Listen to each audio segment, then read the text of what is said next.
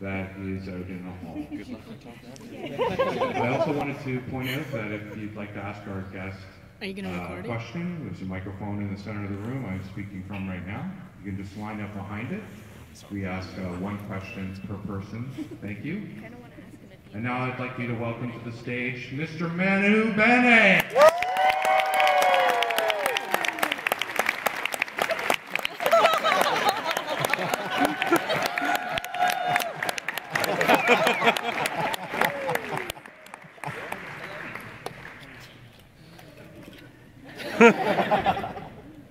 Hi, darling. It's Daddy.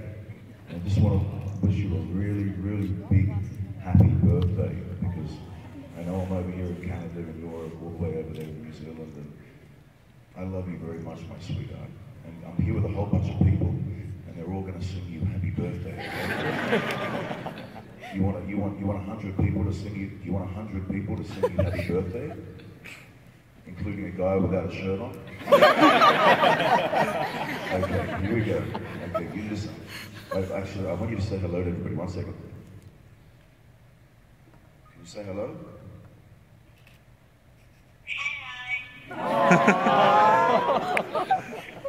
You know, Daddy's at one of those fan expos, you know, where people come along and they come and see me as an actor. So all of these people are sitting here in the audience, and they're all going to sing you happy birthday now, okay? Are you ready? Yeah. Yeah. Her name is Huia. Okay, ready? Here we go. Happy birthday to you. Happy birthday to you. Happy birthday, dear Huia. Happy birthday to you.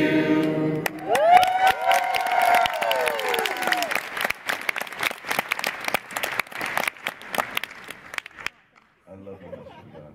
Thank you. Daddy's going to call you in about 20 minutes, okay?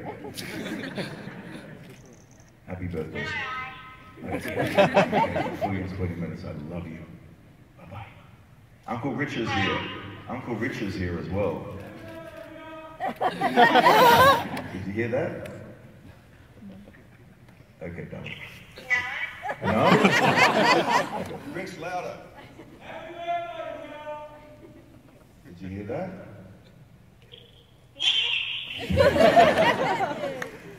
Okay, darling, I'll call you in 20 minutes. Bye-bye. I love you.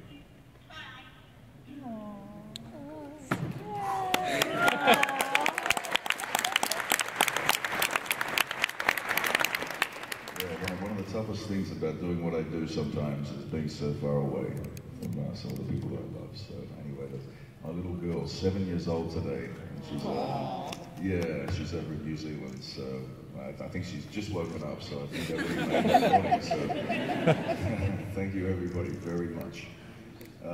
You know, I'm always very honoured to sort of come into a city, wherever it might be, and realise that a whole bunch of people turn on that little box in their house and watch me do my thing, and in some way it moves you, and then we come to this situation where I can talk to you face to face about that process, and you know, so to each and every one of you, thank you very much. I'm very humbled and privileged to have your attention. Thank you.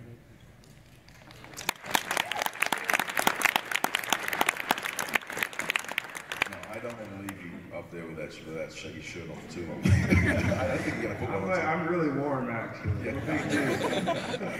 Yeah, brother. Hey, brother. So, you got a question? I do have a question. I'm a huge Spartacus fan, and I started watching that show because I heard it was really awesome. And when I first started watching it, it was like, you know, it was awesome gore fest, and then plenty of nudity, and it was like, but there was a point. I'm glad we can provide. There was a point around like episode. I also actually should say that I think because of you, I now open my eyes really wide when I get mad. I'm giving you credit for that. So anyway, it's called puka. It's on the New Zealand Maori, you see. And when exactly, that's exactly it. It's opening up your whole spirit, your whole being, and magnifying it through your eyes. That's it, brother. Anyways, so I was wondering, around, I'd say, episode 4, I started to sort of realize that it wasn't just an awesome show, it was like up there with Twin Peaks and like my favorite shows I'd ever seen, and by the end of it, I was like, this might be my favorite TV show I've ever seen. So I was wondering, in order to get you to kind of maybe talk about Spartacus a bit, at what point did you realize that you were working on something that wasn't just probably awesome, but like really special?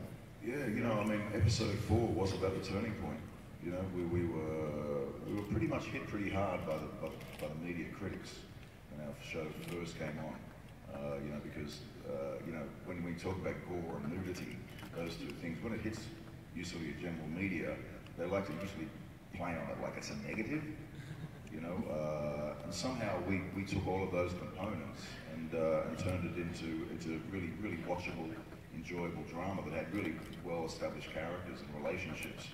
You know, one of the proudest things I have from the show, really, in terms of how I got to play Crixus, was, you know, personally the colours that I have in my palette as an actor. You know, I could express them all. You know, I don't think there was any direction that I wasn't pushed to in that series. And you know, as an actor, I was just so privileged to have that opportunity. You know, but on episode 4, you know, my favourite scene, and for those of you who haven't watched Spartacus, you know, so we're going to talk about this for a little bit, but you know, if you haven't seen it, go have a look. Episode 4, when Barker's death, you know, was just, I mean, to me, that scene with the music, you know, just the intensity of Nick Tarabay betraying him, you know, just all this stuff that was going on, and you know, his lover, you know, Pietros, you know, completely oblivious to the fact that he you know, basically set him up for death to be killed. You know, I mean, the way that scene played, I remember just being haunted by that scene, and knowing that was really top class, you know, collaboration of all the elements, music, filming, acting, you know, it was just wonderful. So yeah, so it wasn't, you're right, 4 I think was a turning point for us, and I think at that point as well, a couple of critics started saying, ooh, something's going on with this show. Did you kind of realize that while filming, or did it sort of come when you watched it yourself? Or? Well, the thing is we're all the way over in New Zealand filming, okay, and the response in terms of the global response really didn't start happening until probably a year or so later, because a lot of territories got it later. You know, some territories got it like in a PG version. Australia got the PG version. I mean, literally, it was like watching. I'm not going to put that. You know, I mean, it would get to a point where somebody would get a sword, you know, through them, or their head would cut, or you know, somebody go to walk out and they'd actually put a fuzzy thing on their screen, like there'd be this in front of the genitals. You know? So you know, it really took some time, mate. We were underdogs for such a long time. I mean, if we'd been on HBO, we really would have been a different, completely different reception to our show. But being on Stars, especially when it came down to Andy Whitfield as well, I mean, his unfortunate sickness. You know, at that point, there was going to be this huge push of money going out to promote our show. And when Andy fell sick, the network completely shied away from investing money, and we almost fell over, you know, as a series, until Andy said, you know, find another Spartacus. He and Steve at the night had a conversation, and then they started pitching the idea of going forward without Andy and having another guy play the role. And I mean, it really wasn't until the end of the whole thing, really, that everyone was sort of going, that show, you know? Because I mean, even when Liam came in, you know, you'd walk around and people were going like, oh, we don't know whether we like him as much, you know, so they had to go through that whole period with him playing the role before they really sort of felt satisfied by the whole thing. So look, just as a matter of getting through other people as well, mate, it was an incredible experience, brother. And thank you for paying homage to it. I mean, you standing there, you know, the way you are as a man. You know, thank you, brother. Thank you. Thank you so much. Thank you. Appreciate it.